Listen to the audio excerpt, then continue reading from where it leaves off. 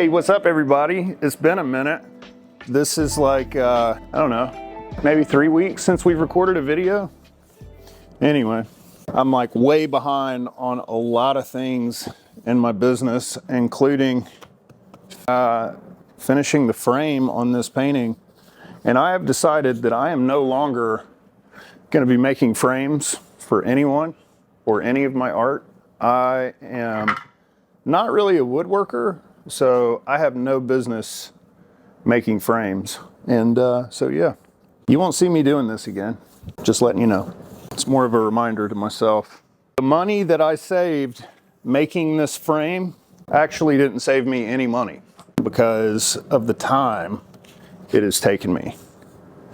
As a matter of fact, I came in yesterday, which was Sunday, and decided to try to finish this frame. And I guess I was going a little too fast and I cut one of the rails just too short. And I was so frustrated. I was just like, what am I doing? You know, like, why am I even doing this? Total wasted day. So anyway, I had made up my mind that I was no longer going to make frames even before that happened. But that's just like icing on the cake, you know? So this is the second coat of paint for the rails. But basically this is the frame for the two-dimensional backlit piece that is in here. You want to see it? Come on.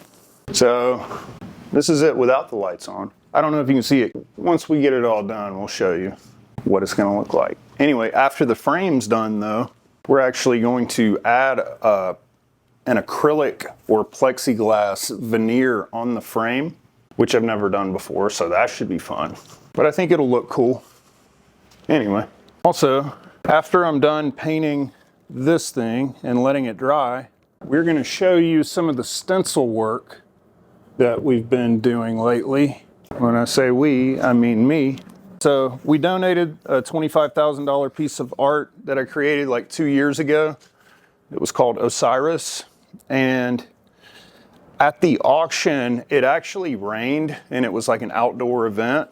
But a client of mine who already owns a piece or two actually snagged it up for like $7,000. So they got an extremely good deal on it. But we're actually going to go install it for the client too. And like I said, she's a collector of mine, but she's never dealt with me directly. She bought the art that she owns already from one of my vendors, so I never actually got the chance to meet her or see the house. So we're gonna go pick up the piece that I donated from the charity organization and then take it to their house and install it and check out what other blank walls she might have too. But also it'll be cool just to see what artwork she actually already has and see the house and meet the client.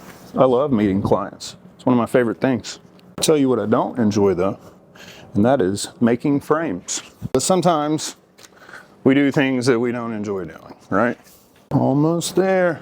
This thing's tricky. Trying to get it just perfect. You know what? I think that'll work. No. Just like one more little, I think that'll be good. All right, so now we let it dry. And also, another fun and exciting thing that's coming up is our wall panel venture that we have going is starting to move a little bit more now. This is just a very small sample, a little mock-up for this 20-foot by 20-foot wall that we're doing.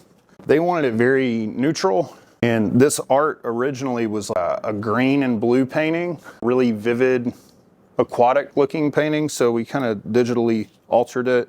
And this is a very small section of it, but I'm gonna cut this aluminum composite off on this side and then resin it so we can actually see it in the space before we do the 20-foot by 20-foot panel. So that'll be fun.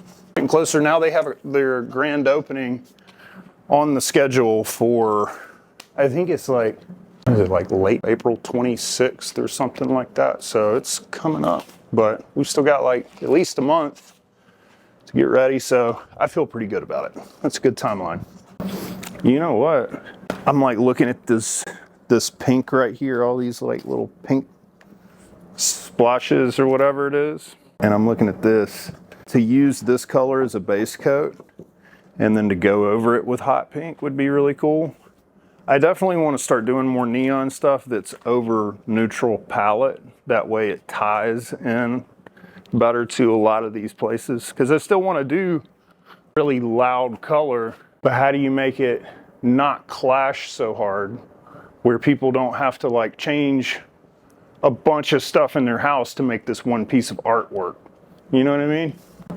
So I think bringing in that neutral base coat will really help there. I don't know, it's a theory. Anyway, back to what we were talking about. I'm about to clear coat this thing, seal in the color. I don't want it to be glossy, but definitely need to seal it in. So that's what we're about to do, just a little bit.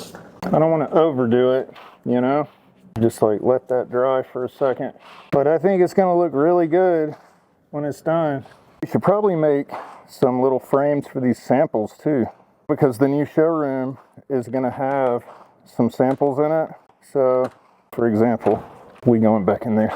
So, these things, especially with this color, having, obviously this isn't cut the right way, but just to frame it in, it's got sawdust all over it, but whatever. This stuff has not been varnished, obviously. Just to get all those hot spots out, you know? I think so. And same thing with these guys right here. Boom. They don't need to be this thick though. They just don't.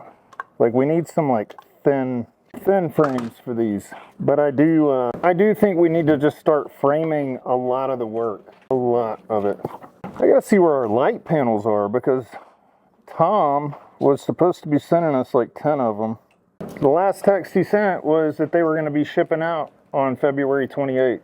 And it's like the 18th. So I'm going to try to not get glitter in this thing. I see it flying everywhere. You know? Alright, now we just let it dry.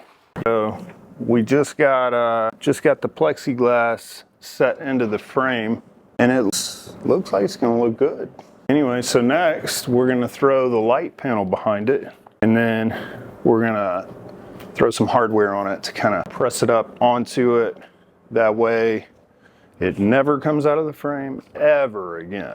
That's the idea. But if the light panel goes out, this one will be really easy to switch the panel out. So yeah, we have the lights on and it looks pretty good. The only thing that I see that's a problem is we've got a dead spot right there on the top. And it's because this panel is actually a little bit shorter than the plexi, and then we have the channel underneath it too. So basically I've got these little pieces of wood, they're like shims. I'm gonna raise the panel up, but not the plexi. And we're gonna see if that's gonna fix it. And I think it will. Yeah, turn it off and then shoot it. Obviously you're only seeing half of the panel right now, but pretty cool, right? And then it'll be on a dimmer as well. So it's gonna be really cool because you'll be able to see this glowing piece of art from across the harbor in Destin. You'll be at like AJ's in Destin, which is like a really famous spot in the harbor that a lot of people go and hang out at and drink. But this house is right across the harbor from AJ's and all the stuff down there. So it's gonna be cool.